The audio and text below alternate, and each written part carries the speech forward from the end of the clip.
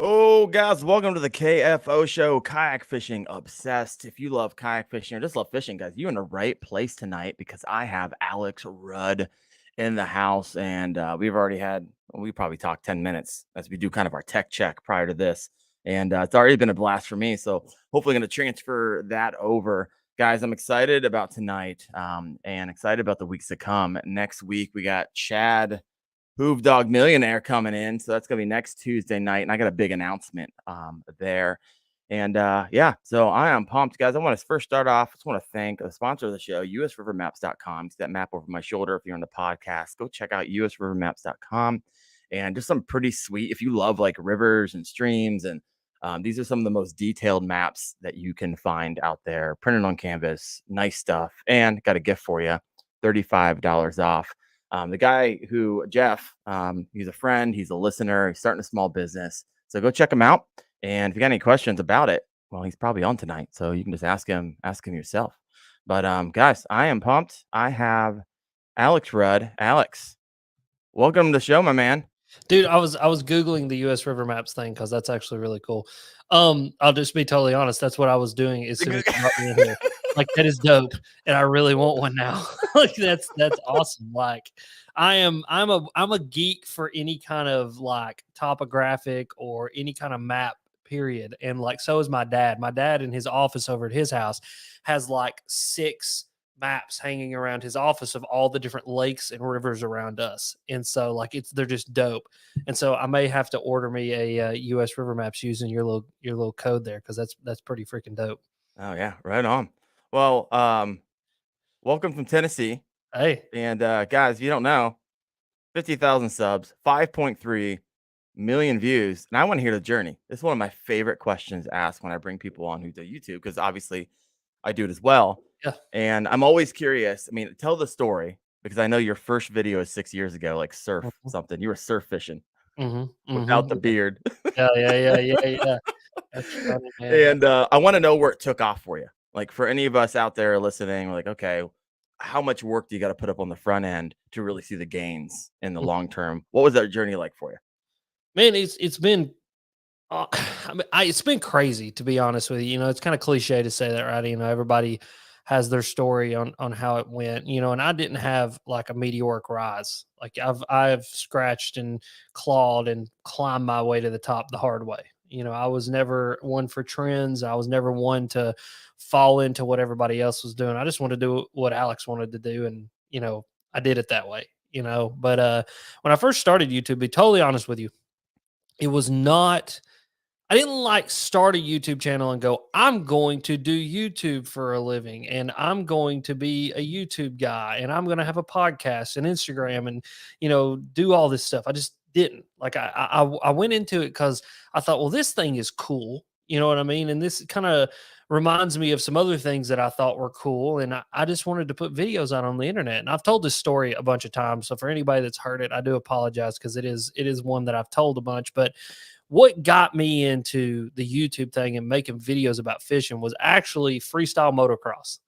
And so when I was a kid, we used to ride 4-wheelers and dirt bikes. And, you know, we were just a bunch of redneck kids who like hunting, fishing, and riding stuff way too fast. You know what I mean? Getting muddy. And so when I was a kid, me and my buddies would watch these freestyle motocross, you know, like VHS tapes of these dudes out in the middle of the desert, like backflipping over sand dunes and stuff like that. And, you know, we also watched like, you know, skateboard videos, you know, like Bam Margera's stuff and Tony Hawk's old stuff. I mean, like the old school stuff, like before these dudes were who they were, you know, and they would make these like almost montages of cool crap that they did or stuff that went wrong. And it would be like put over to like punk rock music. You know what I mean? And so like when I got into the fishing thing, what's funny is that surf fishing video, I don't even know, like there's a bunch of other videos that YouTube has taken down because they all had like, you know, copyrighted music on them. Oh, all right. Sucks. So it wasn't your first. No, it's not my first. And that's what sucks, is I didn't realize that, because I always thought those videos were still there, and it kind of makes me wish I'd have downloaded them, because I guess they're just like gone now. You know what I mean? Because like, I don't know, I guess they just purged them and got rid of them. But there was a bunch of videos before that. It was just like me and my dad, and like I'm just like hook setting to, you know, every fish catch, just like hook set to like screaming rock music. You know what I mean? And like, so that's what got me on YouTube. And I just was doing it because it was fun. Like I loved I love fishing. You know, I mean, I've always loved fishing. I mean, before I even knew what fishing was, my dad had a rod in my hand, you know, and he instilled that love of angling into me. And so all I ever really wanted to do was fish.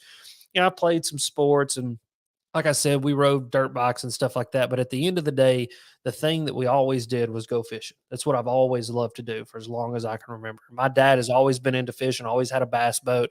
He was a big tournament angler when I was a kid. And so I wanted to combine like what I thought was cool at the time, which was like this counterculture kind of punk rock, you know, scene with the fishing scene. And I started putting it on YouTube. Yeah. And you know, I just put them out there, and like one video ended up getting like 1,000 or 2,000 views, and like I was like, oh my god, I'm the most famous thing on planet Earth. Like, you Yeah. know, like at the time, I had no idea, and you know, people were commenting, they're like, you know, this is cool, blah blah blah blah, and I'm just like, oh, this is like dope. Like I'm actually getting traction. Well, as it got more traction and more traction, you know, I started to evolve and it started to evolve and the videos started to evolve. And then I started doing a little bit of talking in the videos. And then, you know, I would do a little bit of education stuff in the videos. And I was just talking about things that I knew. You know, I never really wanted to be somebody that was talking over my head or saying a bunch of bull crap that I didn't believe in. I've always just kind of talked about what I know. You know, if something works for me, I say, hey, this is what I did. And this is why it worked. And as it grew and as it developed, you know, I had the first company ever to reach out. It's actually the first person to ever reach out. His name was Rick Patry. And Rick Oh Patry yeah. owns Monster Bass. And Yeah. he at Yeah. the time owned Lucky Tackle Box. And he calls me and he's like, you know, hey, dude, I want to send you a box full of baits and you can put them in your video.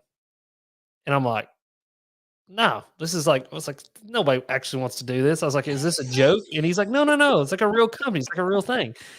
I'm like, okay, whatever. So send me the box of baits. So he sends me the box of baits. Well, I get this box of baits every month. Well, then I had a jig company reach out and they wanted to send me jigs. And I'm like, what is this? Like, this is weird. You know what I mean? I was like, why do these people want to send me things? And like, what is this like thing that I'm doing here that like, I'm just making videos that I want to watch on YouTube. Like, I don't even care if anybody watches them. I just want to watch them. It's Right. like, why is this important to people? And so, you know, about that time frame, it's probably about 5 to 6 years ago, probably, well, 6 to 7 years ago now. I don't know how long ago it's been, to be honest with you, because how long I taught for 5 years. So it's been a lot longer than that. It's been like 8 years ago now. I went to ICAST for the first time. Ooh. And Lucky Tackle Box, Rick took me down there, and Rick was a huge asset because I kind of like just glued myself to Rick's hip because I knew Rick knew more people than I did, and I knew it isn't what I know, it's who I know. Right. And me and Rick walked up and down every single aisle at ICAST. And he told me, you know, introduced me to people. I got to talking to people. And then I was also talking to other, you know, YouTubers at the time, you know, Who and was there? it was me, Andrew Flair, Walker Wilson, D Almighty, Lunkers TV, all those guys. Like all before All they right. blew up and you know have turned into their own giant things. And they were all talking about being monetized. Like you got to monetize, you got to monetize, got to monetize, got to monetize, got to monetize, got to monetize. I was like, what is a monetize? Do I hold a monetize in my hand? Do they send me a monetize? I was like, what is a monetize? I don't know what that is. And then like they started explaining, like you can make money on YouTube. Like we're making money on YouTube. It's like what I do for a job. And I'm like, hold up, time out, wait just a damn second. Y'all are making money doing this? And it's like, it was at that moment my eyes got opened to like, oh, this is like a thing that I can make money at. And I don't know what this is gonna look like, but I know that it's something that could help me to live my dream. And what the dream always was I wanted to fish all the time. Well, Like yeah. I Who and who on the show? That's not their dream. exactly. And like Right. who that is an angler doesn't look and go, you know, what do you want to do when you get up in the morning? Well, I want to go fishing. You know, and there's people that say that about golf. There's people that say that about motorcycles. There's people that say about anything that you can think. They say, well, this is what I want to do for a living. And my problem was I never cared about tournaments. Like I was not a tournament guy. Like, you know, the stickers on your boat and like tournament fishing and professional tournament fishing never did it for me. There was never an aspiration ever. Now, did I appreciate what they did? Absolutely. Did I think those dudes are cool? Sure. Yeah, I do. I mean, I still do. And I'm friends with a lot of them now, fortunately. And I've learned a lot, you know, from like Edwin and all those guys. but like I never aspired to be that. And my aspirations and my kind of, I don't know, role models for what I thought I wanted to do in the video space was guys like Steve Irwin. Like I Mhm. thought that guy was cool. You know what I mean? I was like, I want to be this dude who just goes out and enjoys nature and does it his own way, and I don't have to like fit into this tournament scene.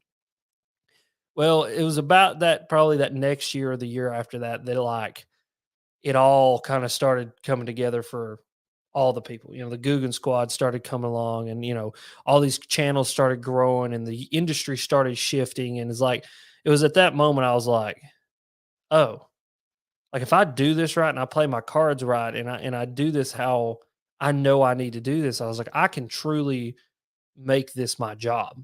And I'll Mhm. get up every single morning and not actually have a job because I'm going to love what I do every single day so much that I just get to go do what I get love to do. And it was at that moment, which was probably about, I would say probably 6 years ago. It was right when I got into college. Because I didn't take the traditional path to college. I worked for four or 5 years before I went back to college, and I was making enough money on YouTube that it made like it was weird because I was like I was mowing, I was doing landscaping, Mm. and I made enough money on YouTube that like I didn't have to get a real job while I was in college because I was making like $600-700 a week mowing grass, and that would make like another like $400 or $500 a month from YouTube, and I Right. was like, Right. when you're in college, a broke college kid living in mom and dad's basement, all you got's a truck payment and a mower payment. That's the You're like, money. yeah, you're living the high life. And it was like at that moment, I was like, I'm going to do whatever it takes to make this my living. And I worked literally 80 to 90 hours a week from that day until June of this past year when I finally quit my job as a teacher, because I went through college, I got my degree, I became a teacher, I taught for 5 years, and I financially set myself up where it made sense for me and my wife and what my future family is going to look like, that I could step away from my career as a teacher and literally like not have to take a pay cut. I actually doubled what I was making as a teacher because you Oh, don't make wow. anything as a Well, teacher. yeah, Yeah, well, I mean, but not a hard, still. not really a mantle to set yourself up too high there with education. God love it, and that's my journey, dude. I mean, like, and here we are, and I mean, I'm still doing it. I tell people all the time, this is not, I've not achieved anything yet. Like in my mind, I've not achieved anything. And I mean, I appreciate people, the kind words about the 50,000 subscribers and 5 million views. But for me, man, like it's upward and onward from here. You know what I mean? Like the work's never done. And what's funny is I still work 80, 90 hours a week, but I love every single minute of it. Mm. And it is just the funnest thing in the whole entire world. And, and I say that not to be pretentious, and I say that not to make someone jealous. I truly, when I get up in the morning, I'm excited to get up. And like, I'm excited to be with you here tonight. Like, this is not, people all the time, they're like, oh, thank you for coming on and thing. I'm like, no, this is not a burden to me. Like, I love this. This is my job. Like, I get to hang out with you and talk kayak fishing, and like, it's just dope. And like, so man, that's the journey. I mean, that's how I got to where I'm at. It's a little obviously abbreviated in half a day, and there was a lot of hard work in there in between all that time. But that's essentially kind of how my mind got molded around the idea of I want to do this for a living, and it just grew and grew and grew, and just I don't know, man. I don't. There's no secret bullet. There's no silver bullet I can give you other than I just worked, and I'm Oh, yeah. just No, I hear you. continue to work. You know what I mean? We all hear the stories out there. Oh, this person like blew up overnight. They had one video that goes viral. That's not my story Yeah. at all. Yeah. I've been grinding 2 years. Last week is when I started my YouTube channel, Mhm. and I'm at 13.5, but it has been grind Yeah. and just putting in the work, putting in the hours with now, little return on the front end, Yeah. just hoping that someday.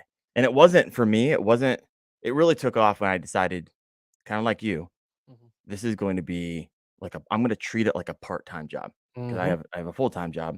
Mhm. I'm going to give it all the attention. Yep. So when my wife goes to sleep every night, I'm editing. Yep. Right? I'm up early going fishing before work. Yep. Anytime I got a free minute, I'm on the computer editing or doing something like that. But so I hear you there, Yeah. and it's compounding over time, so that's exciting. Yep. But hey, Yeah. if you guys are listening in, this is supposed to be an interactive show. I love hearing, thanks for sharing, Alex. If you got a question, go and throw it up there. I'll start it. If we're in the middle of a conversation, I'll come back to it. Yeah, so please maybe even like put giant words, some giant letters like question so I can kind of identify it. Cause sometimes conversations kind of go off the rail and you guys aren't talking about anything that we're talking about, which is totally fine. I love that. You guys are doing that over there. But got a question for you. There's a lot of things I want to talk about Mhm, tonight. And I want to talk about something that I've never talked about on my show. This is episode 12. mhm. And that is, I saw you had a video called Apps You Use for Fishing. Yeah, yeah. And we've never, I've never even, we always talk kayaks, right? It's the Mhm, easiest thing when you have someone who has a kayak. And we might get there if we have time. mhm. But what are the apps that you use? Because there are a smorgasbord of them Ton, out there. ton. So, let me actually open up my phone real quick, and I'll actually go to my fishing folder, and we'll go through them of, what I've got. So the first few are all weather related. Okay. Because I mean, I don't care if what you're doing, knowing what the weather's going to do and knowing what the weather has been and where it's going, I think is like one of the most key factors into catching fish. Whether so I've got this weird philosophy about fish. So I know fish live underwater, duh. Um, but it's like a lot of people think that like weather doesn't adversely affect fish. But the more that I fish and the more that I spend time outdoors, the more I realize just how sensitive fish actually are to changes in barometric pressure, Mm, sun, moon, rain, influx of any sort of like little like if there's anything and like the fish can predict something's coming weeks before we can.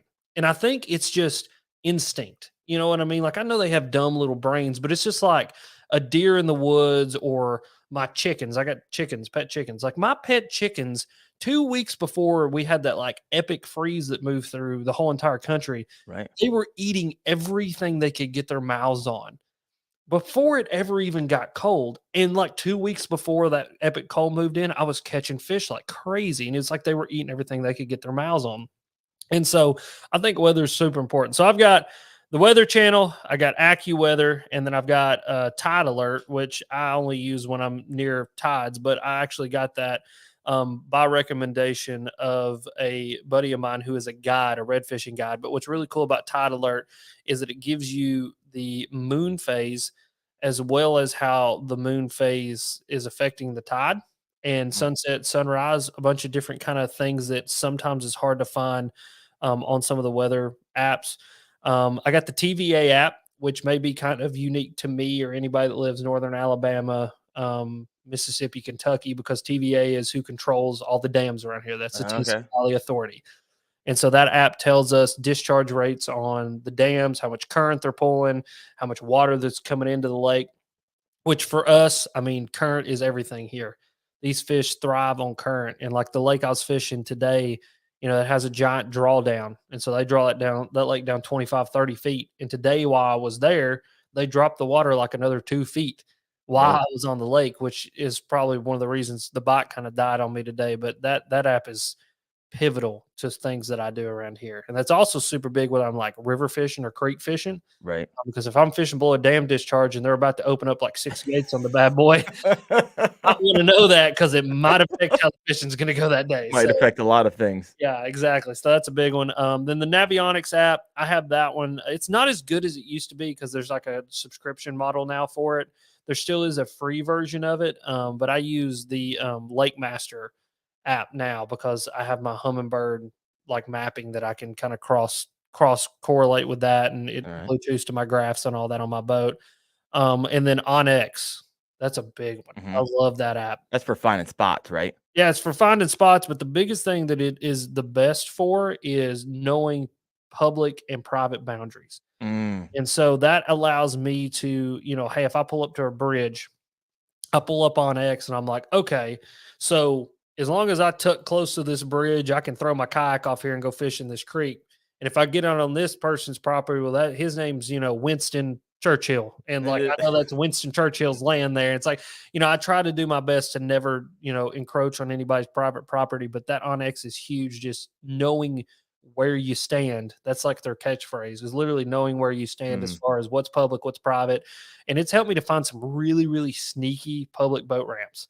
You know, like some of them aren't even boat ramps. They're just like mud slicks into the water. But still, when you're kayak fishing, especially, you know, obviously I can't take my boat there, but like when I'm in the kayak, I found some sneaky stuff exploring on Onyx. So it's a really cool app. And Is then there a subscription on that? there is. I think it's I can actually tell you, I think it's 11. Yeah, it's $11 a month. Okay. Or you can buy like a yearly subscription for it. But I've got like the big one. I think the $11 covers the whole entire continental US plus Alaska and Hawaii. And so like if I'm in Georgia or Alabama or Louisiana or anywhere, I can go find, you know, I can look and go, oh, that's not public, that's actually private or whatever. So that I know where I'm at. You know what I mean? I know what's going on, so I don't get in trouble. And then other than that, I've got about 6 apps from 6 different states that I've gone to, so that I have my fishing license in That all of those states. Other than that, I've kind of cleaned it up from what I used to. I used to use a few different ones. I used to use the Angler app quite a bit, and just got away from using that because it just wasn't like what I needed, and kind of became cumbersome for me. Um, and then obviously we've got Tourney X and Fishing Chaos for when I want to fish a kayak tournament. So other than that, man, that's kind of my big apps that I use consistently for fishing. And a lot of it just has to do with, you know, weather conditions and water conditions and kind of Right. what's going on. Because TV apps cool because it'll give you temperatures for, there's a bunch of different sensors that they have in the lakes around here, and I can actually check the water temperature before I get to the lake on some of these lakes, which is Well, cool. that's helpful. Yeah. So we got a question from Ben. What do you use to check your barometric pressure forecast? So the best app that I've found for that is AccuWeather. AccuWeather's barometric pressure is spot on. Then Weather Channel's not far behind it. But what's cool about AccuWeather is it takes a bunch of different data points from a bunch of different apps. So it actually uses Weather Channel as well as local stuff, and it like conglomerates it all into one thing, so that you can look at it. And I'll tell you another one. I actually forgot about this one, was Bass Forecast, which is I don't know the relation. I could actually ask the owner, but I know that Bass Forecast uses AccuWeather, and Bass Forecast also does the same thing where it pulls like a conglomeration of a bunch of different data points, like data sets from a bunch of different weather apps, and Yeah. puts them all on one. And they have a really good weather and barometric set as well. Yeah. All So right. yeah. You know, one of the apps that you talked about on X, that's important because I was watching one of your videos.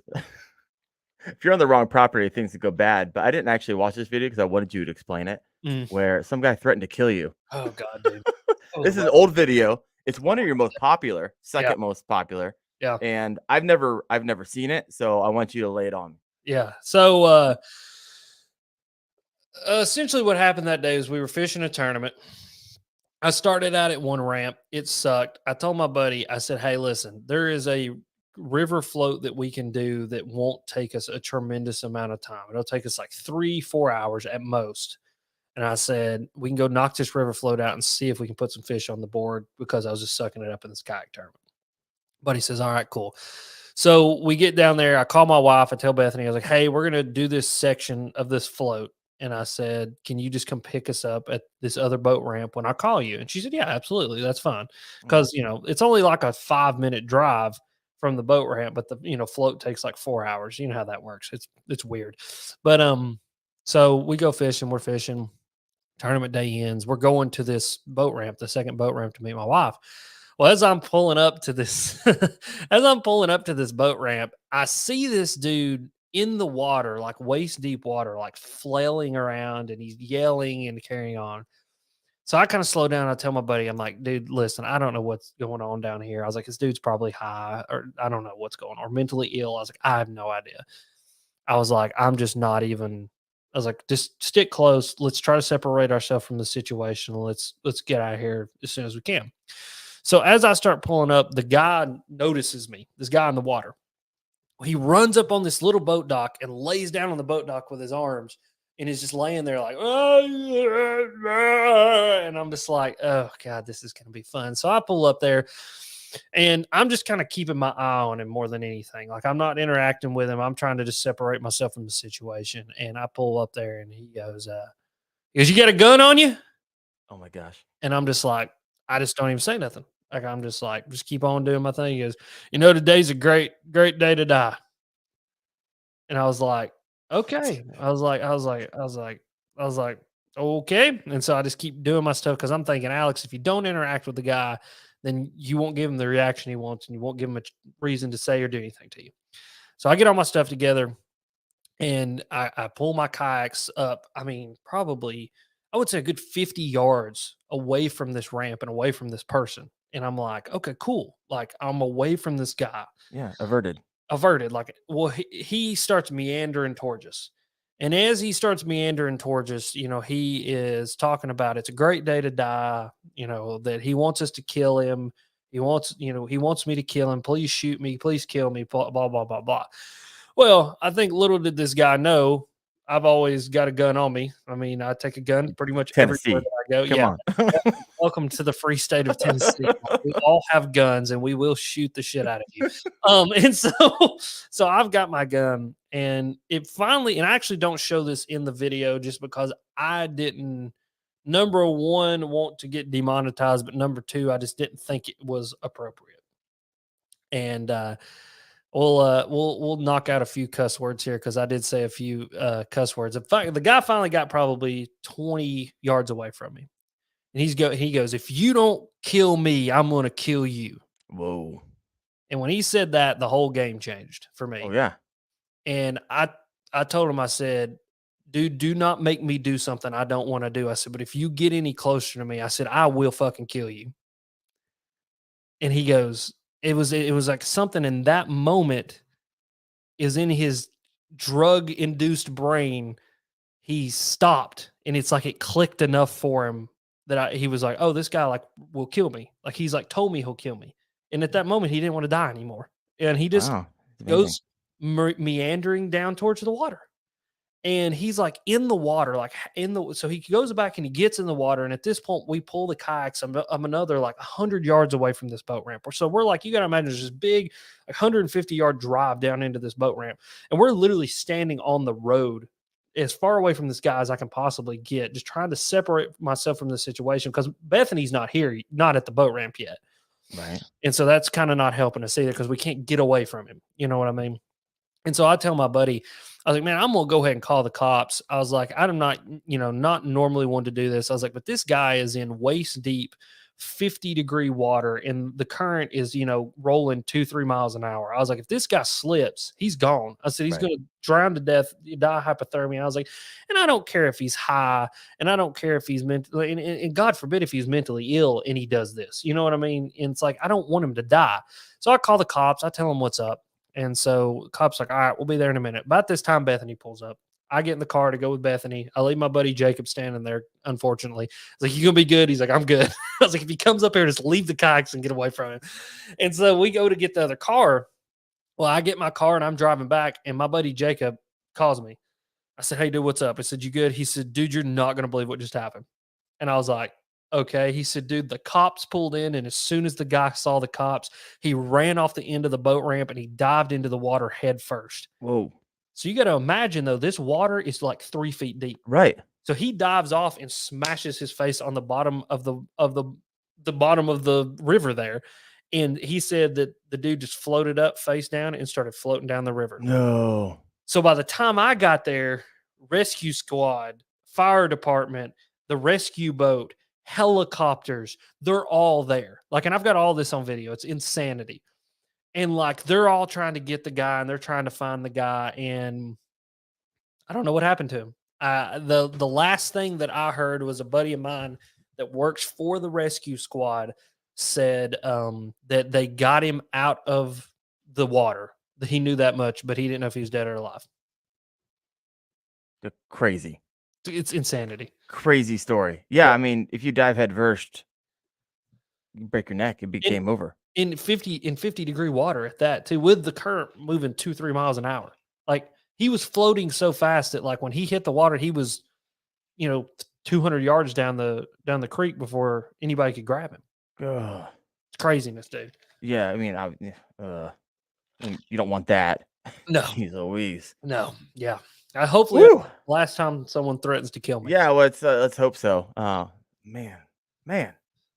All right, let's look over here. You got all kinds. I've been like so enthralled in your story. I've been paying attention to managing all the questions here. We do have some questions. Let me see. Let me see. All right. Whoa, you guys been talking. All right, RGM. You guys are both on board for the Knucklehead KVF thing, right? We were Absolutely. talking about that. It's actually supposed to be my announcement next week, but the cat's gonna be out of the bag right now. I was like, "You're part of that, right? We're fishing against each other." Yeah, And yeah. and Let's 'cause do it. I thought it was. So for those of you that know, the KBS Knucklehead series is, a bunch of guys you probably already know, Chad Hoover, Fluke Master, Alex, myself, fishing with Gramps. He's on tonight. There he is. And more. The team's actually growing. And so what we're doing is for each myself, I'm doing 4 1-month tournaments. And mine's going to start May, June, July, and August. Those are my 4 months.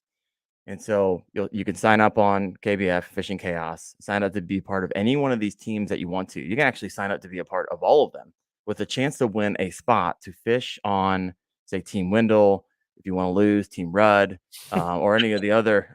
That I'm not gonna deny that. Like, let's just be honest. You're probably gonna lose if you connect yourself with me. We're fishing Fluke Master. I think we're all about to lose. Here's the deal too, is you may get threatened to be killed by somebody if you go fishing against me It's too. So I mean, true. there's that possibility. True. Risky business. Yeah. Choose your teams carefully. Oh look, Fishing with Gramps said, and this would be awesome. Chad called out Kristen Fisher tonight to join us. That That'd would be be freaking rad. I yeah. love that. But you're gonna win a spot. So every month, if you win that tournament for the month, you win a spot on our team, and there's gonna be a total of 5 of us. So myself and 4 others, whoever win May, June, July, August. And then on Veterans Day weekend, we're all gonna travel down to Lake Gunnersville and basically have a boondoggle tournament for a weekend where we all get together. I fish against Team Rudd, Fluke Master, Hoover, always win a prize, $10,000 prize pack right now. And so if this continues to grow, that continue to grow. And it's really just I mean, it could get large where we do like a fan fish off. I know Chad's going to talk about that next week. I don't know a whole lot about that yet. And then there's going to it's going to be a lot of fun. So you're going to hearing a lot of guys and girls around YouTube talking about this because I know that Chad's team and Gene's team, they start in February and they're kicking it off soon. And so Alex and I are smart because we're like, okay, for those who didn't make it on Team Chad Hoover and Gene, whoever else starts it early, you still have a chance. I think you have the best chance with me since I have like the smallest group of people who are part of the community, right? So if you want a real good chance of going down there and being a part of the team, sign up for my team. Come on. Come on now. If I have one person signed up so far. It's gonna be if you great. want to be as lost in all this as I am and have a chance to go fishing, join my team.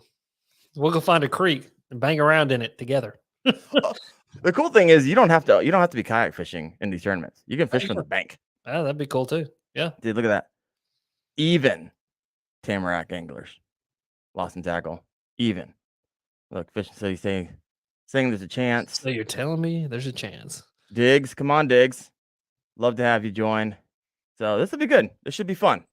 So I'm pumped about that. So I got a question for you. Literally, earlier this week, I was walking down the aisles of, I think, Dick's Sporting Goods. Mhm. And I was like, oh man, those Gillies look sweet. Mm, I don't own any of these guys. mhm. So I'm doing a little research trying to figure out color and here comes a video that I was on Google. I was like, oh, what colors are the best? Trying to figure out how to hook them and stuff like that. And I saw that you had 2 videos on it. So I was like, you know what? I'm gonna be done doing my research Mhm. because you're on the show later this week. I'm just gonna ask you. Yeah. So tell me about the Berkeley Gilly. I want to hear all about it. It's weird. It's a weird bait. Really, like it's a strange little thing. Like I have figured out a few different ways to fish it. One way more successful than the others, and that way is completely weightless. And hooking it through the eye, like or through the nose, like you would hook a live bluegill. Like if you were gonna take a bluegill and, fish it as a piece of live bait. Normally you want to hook that live bait like right through that little like nose hole that most Right. fish have, and it leaves them alive for a long time. I was actually practicing for the Hobie on Chickamauga, and I went back in this pocket, and Bailey was back there, my buddy Bailey, and he called. He said, "Dude, I found some fish back here, and I cannot seem to get them to bite." And I said, "Have you tried a wacky rig?" He said, "Yeah, they want to eat the wacky rig." I said, "Well, I got something." And I said, "I'm gonna come over there and I'm gonna try it. I'm gonna see. I'm gonna see how it does." So I go over there with this gilly, and first I hook it in the back, toss it out there. It doesn't do exactly what I want it to. So then I hooked it through that little like what you would hook it like a piece of live bait. Right. You toss it out there and it sits on top for just a second. And then it's just like the hook has enough drag down that it kind of starts to pull it down. And as it starts to pull it down, it starts to do like this weird, like circly dying bluegill thing. It looks just like a dying bluegill. I go through there, I get like 2 or 3 bites. Boom, boom, boom. I say, okay, I'm done. I'm leaving. I'll come back here tomorrow, first day of the tournament. I'm gonna bring this gilly. I'm gonna see what I can do. Right. Go in there during the tournament. About 12 other people decided to start in that pocket too. So I mean, you know how that goes. And so, but I get my limit in there, throw in the gilly. And it was like that weird bite like that. And then I took that and I went and fished a bunch of other spots where I normally fish a wacky rig, and I was getting bites on the gilly doing that. And then I kind of expanded on the gilly a little bit more. I took the big one, the big boy, the 130 size. Uh-huh. And the way that it's meant to be, um, and by the way, the little one that I'm weightless fishing is the 90 size, little guy. Then the 130 size, the way it's meant to be fished is with a screw lock hook, and you don't hook it like you normally hook a swim bait. You hook it through the side, like you hook it side rig. So like the bait is tall, and you run the hook through it sideways, where it lays sideways in the bait, which seems counterintuitive, but when you do hook them, you hook them right in the meat of the mouth, like every single time. It's a pretty fascinating thing. Hmm. And so I'm tossing this around, and dude, I just can't get it to run right. Can't get it to run right. Can't get it to run right. So I thought, there's got to be somebody out there that knows way more about this than I do. And so I get on the internet, and I didn't know this at the time, but the gilly had been designed after a Japanese bait called the ISSE gill flat. Huh. And so these Japanese dudes, being Japanese, you know how they are. I mean, they've got the weirdest little rigs and things. I mean, they're always innovating, super finesse. And this guy, I didn't understand a single word he said. The whole video was in Japanese with Japanese subtitles, but I could follow what he was doing with I the can see bait. what you're doing. I Right. could see what you're doing there. And so he gave me the idea of sticking a nail weight in the belly of that gilly to help it peel out. Keep it up and down. Yeah.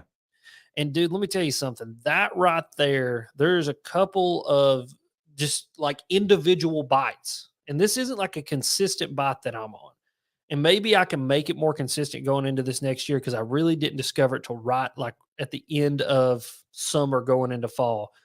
And then, in fall, I focused a lot on creek fishing this year and didn't really do a lot of lake fishing. But like you skip that thing up under tree limbs or skip it up under a dock and just burn it as fast as you can and kill it. Burn it as fast as you can and kill it. And dude, like I had a 3-pounder and then a couple 4.5-pounders. Like you burn it out, you watch them fall it right out, and as soon as they stop it, it's like they don't even stop. They just open their mouth and grab it. It keeps swimming at you with it, and you just and catch them. But dude, it's a weird bait. It's weird, and it can do so many different things. I know a guy who's been flipping it and having a ton of success. I know Christine Fisher's flipped it and had a ton of success. She does this weird nose rig thing that I know she had to have got from one of those Japanese channels I watched too, because he rigged it the exact way. There's another kind of weird, almost Nico rig presentation where you hook it through the nose and put a Nico rig weight in the belly. Okay. He makes it sit on the bottom perfectly like this, and you just yeah. pop it along. I mean, I think it's one of those things, man. Like I don't think anybody has truly like tapped into everything that it can do, but it can do literally anything that you can. If you think you can rig it that way and see what the heck it does, because it's just like a weird bait like that does. It's weird. It's the best way I Like a can describe it. multi-purpose. Yeah. Have some fun with it. Yeah. All Yeah. right, I'm gonna get myself. I'm like green pumpkin guy all the way. So I saw that one. I'm like, I want that one. Oh, dude. Yeah. That one. And there's another one. It's, I can tell you when we get done. I'm the worst with remembering color names. Actually, I'll just tackle warehouse it right now while we're talking so I can tell you. It's kind of like this shad pattern. It's like a bluish kind of green, weird color. And it is called Blue Shiner Gold. Blue Shiner Gold is one of my favorite ones. And then the one that I caught all the fish on during that tournament on Chick when I got my limit that day was a 90 size HD pumpkin seed. That was the color I was using. Okay. That's right in the middle of the road. Yep. I Yep. mean, on your hand, how big is that bad boy? Palm? Yeah, probably like that right there. Okay. He's a little guy. He's the funnest one to throw. And the deal with that one too is you can nose hook it and do the burning thing with a spinning rod. Just throw that like a little Nico rig weight in its belly, and you can burn it out with a spinning rod and do the same exact thing. I mean, it's weird, man. I think a lot of people looked at it and they thought that has one purpose, and that's to be a swim bait. Swim bait, right. And when it didn't swim right straight out of the package by side hooking it, because I don't think there was enough educational information put out there about having to like rig that thing a certain way to get it to run that way. Everybody just went, well, this is trash, and we're not going to look at this anymore. Where I looked at it and I went, dude, that is weird Japanese stuff that I know there's some strange way to rig that. And I just got to get on YouTube and find some weird Japanese way to rig that. And that's going to be just a killer in a situation here sometime. It may be 5 years from now, it may be 6 months from now, but like I know at some point that is going to be the thing you want in the boat with you that day. And during that Hobie event, during that practice, I caught a 17 and a half, an 18 and a half, and another 16 in 3 consecutive casts with that thing and left because I thought I figured this bite out and I'm going to be able to come back tomorrow and slay. Yeah. And I just got beat there by a bunch of guys who decided that was their spot as well. And that's kind of what happened there. But it's interesting. Very interesting bait. I literally hear the bank accounts draining across the board. You got gonna have to try this now. Lord, now you got me wanting to try this. I'm gonna buy one after I get off the show. This is Jeff, owner of usrivermaps.com. Sounds like man's bait. Exactly what it is. Hey, listen, if anybody wants them, go hit the links in my bios of any of my videos. There you go. Head over there. If you haven't headed over there yet, do so. Give my man Alex a sub. You'll like his stuff. I spent a lot of time today checking it out. You know what I noticed on your channel? It kind of has a theme, right? You do a lot of kind of what we talked about with the apps, with the seasons. This is what I'm throwing now. This is the lures I'm using now, and they're really like time sensitive. So when they drop, they're going to be appropriate for the majority of the US during that time. Is that right? Yeah. I mean, I don't know if I intentionally do that sometimes, but it's just what's going on for me. You know what I mean? Like what I said earlier, I just share what I've got going on, like what's anecdotal to me, because fishing is very anecdotal, but my anecdotal experience may be able to inform somebody to broaden their toolbox a little bit or deepen their toolbox, their fishing toolbox, to help them go catch a fish. And, I'm an educator at heart, no matter what I do the rest of my life. Go back in the classroom or not, which I probably never will. I do miss education, but at my core, I'm still an educator. And right, so absolutely. I want to teach people and I want to help people and I want to give somebody a tool so that they can go have fun and enjoy this thing that we call fishing. And so, I mean, like I've been on a winter cranking bite lately, and a lot of my videos have reflected that, you know what I mean? And so just the best way that I know to title and thumbnail them to make sure as many people watch them as possible and as many people are getting that information and I'm succeeding in the way that I need to succeed, and then those people can succeed in the way that they need to succeed. It oftentimes kind of goes with the seasons. You know what I mean? It goes with what we've got going on right now and hopefully helps people a little bit. Yeah. Now I got a question here from Bill. I would imagine this is 2, 3, and 4/0 based on the size. Yeah. So extra wide gap. What's your thoughts? So it's a bunch of different ones. If you're going to side rig them, the 130 will take a 4/0 beast hook. The 90, if you're going to do the weightless, I just use a number 1 size. It's an owner sniper Nico finesse hook. Just owner Nico sniper finesse hook, something like that.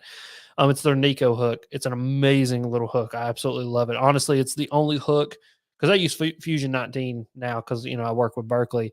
But like the owner beast and the owner the sniper Nico are the only 2 hooks I still buy because they're just that freaking good. So I use both of those. And then if you're doing that little nose rig thing, like where you put the screw lock in and run the hook up through the nose and all that stuff, I use a 1/0 or 2/0, depending on the size. If it's the 90 size, I use a 1/0. If it's the 110 size, I use a 2/0, the same owner Sniper Nico finesse hook. And I've got a video on my channel where I rig it 3 different ways, and I show all 3 of the ways that I talked about just now on how to rig them. And there's some pretty cool rigs. And I mean, I won't take much credit for them other than I watched a dude from Japan do it, and I was like, I'm going to copy that. So I'm telling you what, I have this. I got into a Japanese bait, the Depths cover scat, Mhm. and I'm telling you, in spring, it Really? slays. Slices. Absolutely slays. I love it. That's I love it. If awesome. you haven't seen it before, I did a video on it. Depths DEPS cover scat, and it's the weirdest thing ever. But I'm telling you what, these a lot. I don't. There's not a lot of lures like it. So whenever I throw it, the Mhm. bass usually nail it. So check it out if you haven't yet. I'm not gonna spend a lot of time there, but if you're really interested in some kind of a unique bait that maybe you haven't seen a lot, go ahead and check that bad boy. I got a question for you. I had the Paddler's Playbook on last week, Drew and Chris, Yeah. and I have a question for you. Yeah.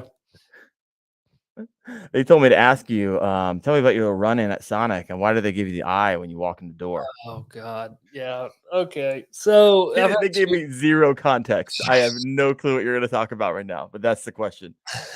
2 so I've had 2 separate occasions that this Okay. has happened. I love podcasts. Okay. I love to listen to a podcast, and I listen to a variety of podcasts. Now, when I'm traveling any amount of distance, like tomorrow, I got an hour and 45-minute drive to go meet my buddy, Mr. John Dalton, to go fishing with him. And so tomorrow I'll listen to something educational. I either listen to an audio book or I'll listen to like a podcast where I can learn something. And I call it passive learning.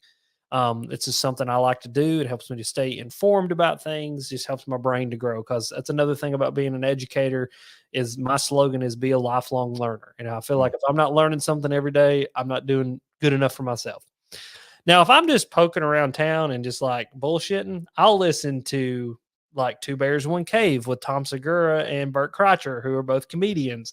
Or I'll listen to Your Mom's House, which is Tom Segura and his wife, Christina P., which are also both comedians. And like those types of podcasts are literally just 2 professional comedians doing every possible thing that they can do to make you laugh.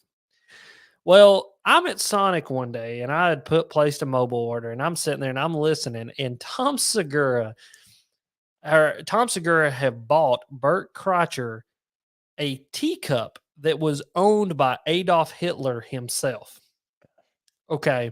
So I'm sitting there and I'm laughing and I'm having a good time because they're talking about the teacup being, owned by Adolf Hitler, blah, blah, blah, blah, blah, blah, blah. Well, the girl comes walking up to me at the Sonic, and I roll down my window, and about the time I roll down my window, Bert Kreischer goes, "Oh, I love Adolf Hitler. Like Oh my Hitler had gosh. some really good ideas." And I'm just like, "Oh my." I was like, "This cannot be." And I mean, the girl's facial expression like goes from "Hi, welcome to Sonic. How are you?" to what like she's looking at me like, "Are you kidding me?" And it's like her whole face. I mean, she's like starting to get, and I mean, in Bert's just like, "Oh, I love, yeah, Adolf Hitler, and this is Adolf Hitler, this, and yeah, the Nazis had it right, and da da da da." You got the look too, by the Oh, way. oh, You're fitting it. Yeah.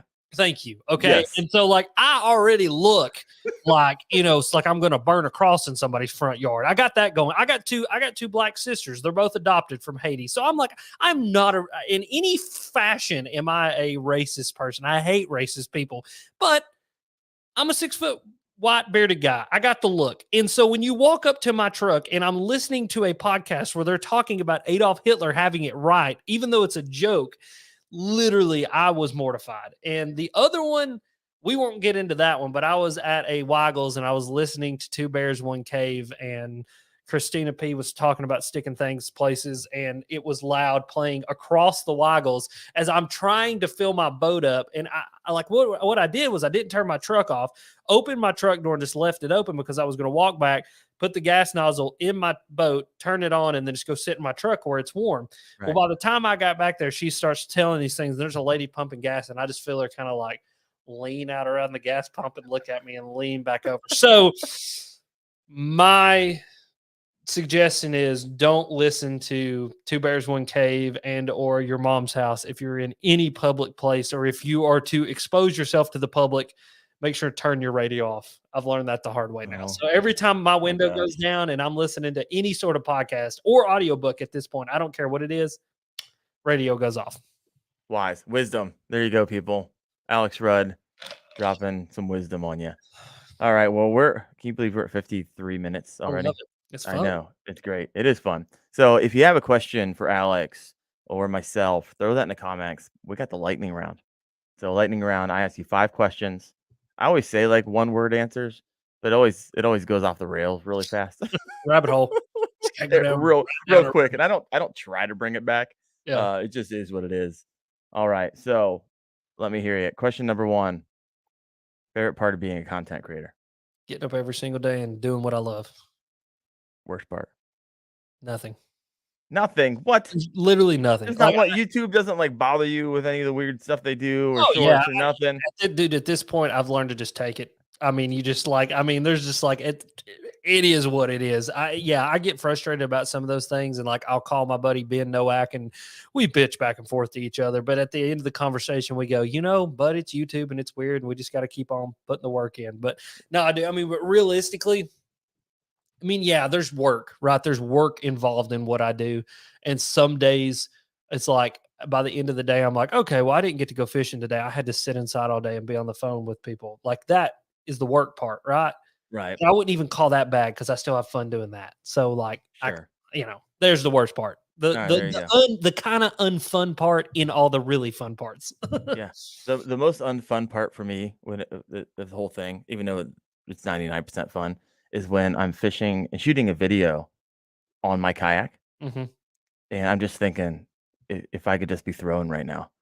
But you gotta shoot the video, right? Mm-hmm. On the water a lot of the times. Mm-hmm. This is where I wanted to do it. So I'm like, oh, there goes. I gotta give up 45 minutes. I get to give up 45 minutes.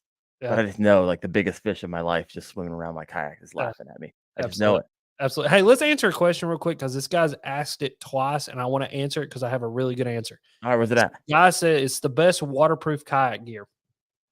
I'm gonna give you this is a brand new thing from Plano, and it's Plano's new dry bag that they have. And it is, I'm gonna tell you the exact name of it so you guys can go check it out. And I use them in my kayak.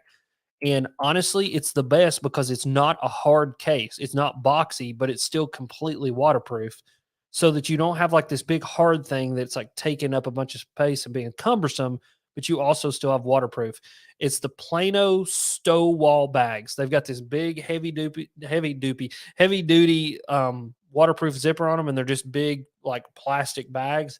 And I have 2 of them in the kayak. One that I put like all my like electronic valuable stuff that I don't want to get ruined, and the other one is like a day bag for all of my plastics and line and scissors and all that kind of stuff. But they make 2 different sizes, and I use the deluxe XL size the most, and they're actually on sale right now for $29.99 on Tackle Warehouse. So if you want to go check them out, go do that.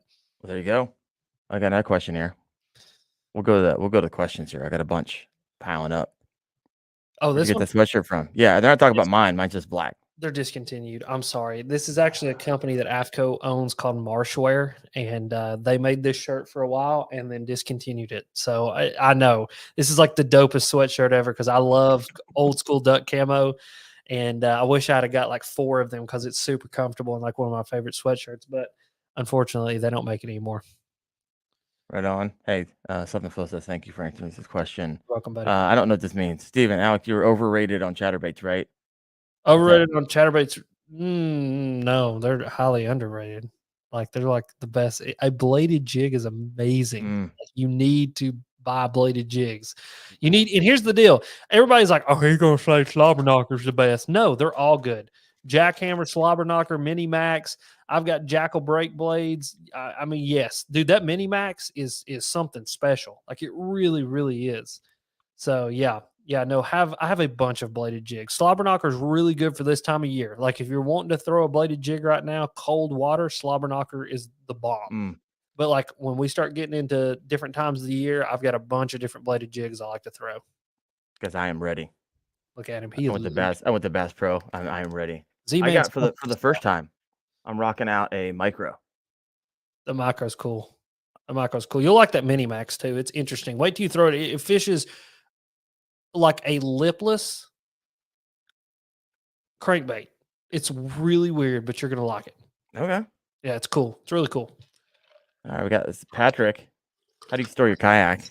I'll let you go, then I'll go because I just did a video on this, so I'm like hot, ready to go. I got a 28 by 35 steel building outside that my boat is in with all my kayaks in it too. So, Dude, I was about to ask you that. Literally, one of my questions was, I'm getting ready to put something in my bag. It started out as like, oh, I want a barn to store all my stuff, and now it's grown into the size of metal building that you got. So we got to talk sometime because let's do it. I want one, but I don't know what I'm looking at. Yeah, I'll talk to the one I got is actually super affordable. I only paid $7,700 for it. Oh, chill out. Yeah, so like it's not like people think they look at my bill and they're like, "What was that? Like 60 grand?" I'm like, "No, it's $7,700 plus the gravel that it sits on and like $200 for the electrical." So it's awesome. Nice. I'll talk to y'all about it. It's awesome building. Yeah. Steven said he lives by the Plano factory. They were $2 today. Hey, Man, go. make some friends real fast. That's right. Chatterbaits, late season dynamite in my neck of the woods. Fowler must be your last name. Where are you from? What is in your neck of the woods? I want to hear it. We had another question on here. Maybe we didn't. I don't know. All right. Oh yeah, we got to go back to our lightning round. Like I said, it's kind of like I think we're on favorite. Let's do this one. Favorite type of content to make. What's your favorite type of video to make? The creek fishing stuff, man. I was talking to my buddy about that earlier. I'm in love with that right now. Like that is my when summer roll as soon as it gets warm enough that I can put on a pair of shorts and go get in a creek, I literally am spending all summer in a creek. Is it like is your buddy John? Is that the buddy you're No, talking to about? it's another buddy. No, but John will probably be there. Knowing John, here's what I love about John is as crazy as I am. And so like me and him will go on a like 13-hour bender up some little podunk creek you've never even heard of before to try to catch a fish. And like he's the only guy that'll send it with me. Like I want to send it. And so yeah, John will probably be with me on a lot of these adventures because we've got mine and his Google Earth both looks like you. I mean, here I'm gonna make y'all just laugh real quick because I show people this all the time. So when you zoom out on the state of Tennessee, I mean, you tell me whether you think I got a few fishing spots marked or not. Oh, those mostly streams and rivers.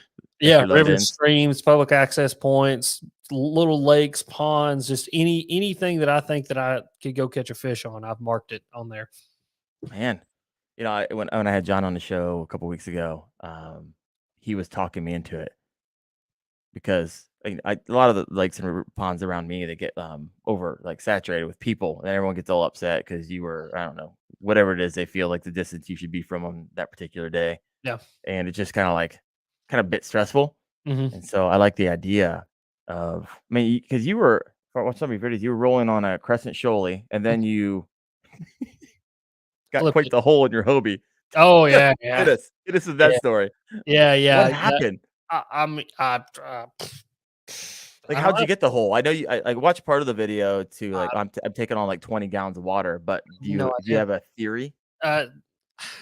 It's a problem. It's a problem they all had. So my local dealership sold 20 something, like 26 or 27 Hobie PA 14 360 drives in 2021. Yeah, And every single one of them, they had to warranty for hull issues. it was just a bad batch.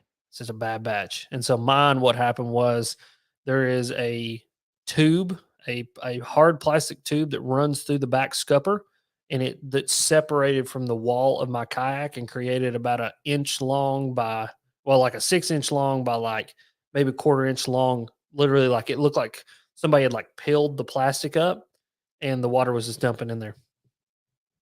I don't know how it formed. People were like, "It's because you were dragging it on rocks." That's what a kayak's made for. I mean, Hobie's not like thin. No, I mean, it's a $5,000 kayak. I should be able to drag it on some rocks.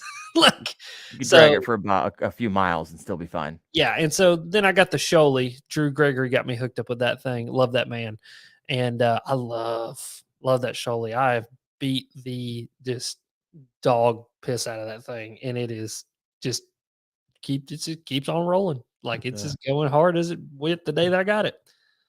I need to get down there. I need to find like a buddy, right? You can't do river fishing by yourself. No, no, you gotta That have real a difficult.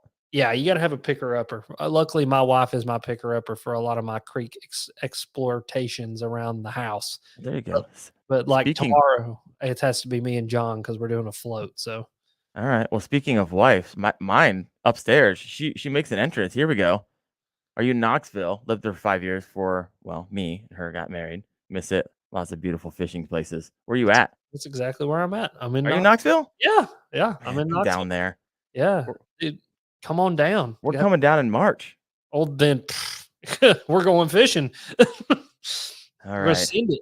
I will be in touch. Over here we got that's it.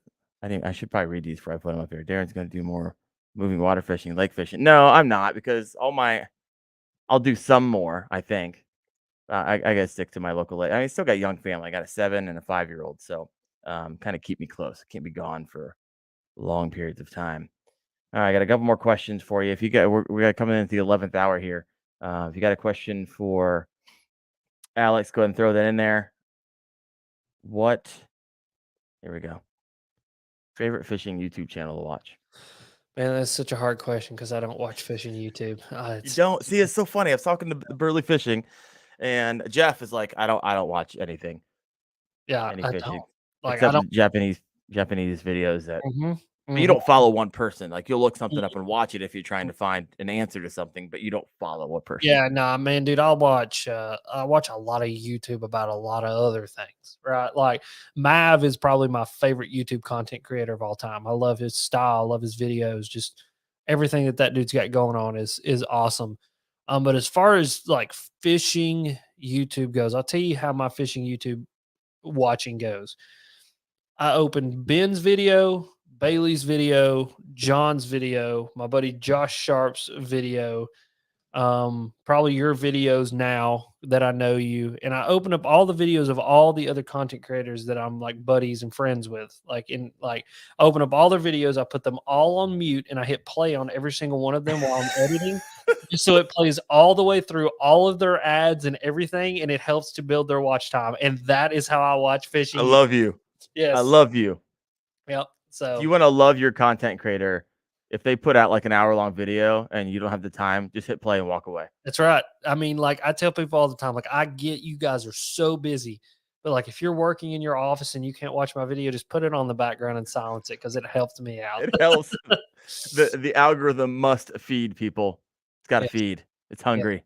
Yes. Here's a question. Lost and Tackle, Nashville, late June. Is there a place? No, this is a teetering on giving away a honey hole, but if you have a place, feel free to share. Nashville, late June. I don't fish out that way a lot, to be honest with you. I always head south. So, like, I've spent a lot more time on Chickamauga. I've only been to Del Hollow once, and I didn't even fish it. I've drove by Center Hill, but never actually fished there. Like all those places out there, I've never spent a lot of time, so I really don't know. I can't. I wish I could give you an answer, but I don't know.